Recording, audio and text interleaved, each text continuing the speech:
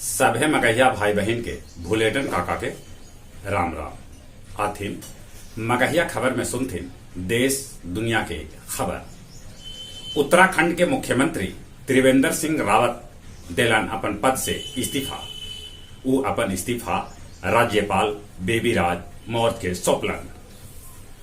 उत्तराखंड में नया नेता के नाम पर फैसला आज हो सका है। धन सिंह रावत के नाम आगे चल रहा है। बिहार के 60 गो थाना प्रभारी के अगला 10 बछर तक थाना के प्रभार न दिल जाए। पटना रामकृष्ण नगर थाना के जौन गोदाम से दारू जब्त कैल गेल हल उन्हें थाना खोले के फैसला लेल गेल है। पूर्व बसपा विधायक के 1097 करोड़ के 7 गो चीनी मिल ईडी कुर्क कर लेलक। बिहार में जल्दीए लगावल जाए 25 लाख स्मार्ट प्रीपेड बिजली मीटर। पटना गया मेमू पैसेंजर ट्रेन में एक्सप्रेस भाड़ा वसूले के हो रहल है भारी विरोध। कोरोना महामारी के चलते आयल आर्थिक सस्ती से 10,000 से बेसी कंपनी बंद हो गयलक। मुंगेर जिला के असरगंज प्रखंड अंतर्गत मासूमगंज स्थित दक्षिण बिहार ग्रामीण बैंक से होयल 6 लाख के लूट। अल बदर के कमांडर इन चीफ गनी ख्वाजा मुठभेड़ में ढेर हो गयलक। अमेरिकी एजेंसी नासा कहलक है कि तुर्की के शालदा झील के चट्टान एकदम से मंगल ग्रह से मिला है।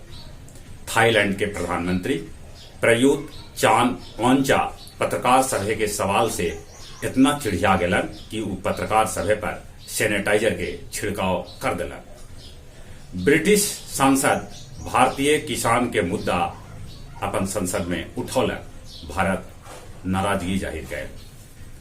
भारत बांग्लादेश के बीच नया व्यापार मार्ग मैत्री सेतु के प्रधानमंत्री नरेंद्र मोदी कैलन लोकार्पण।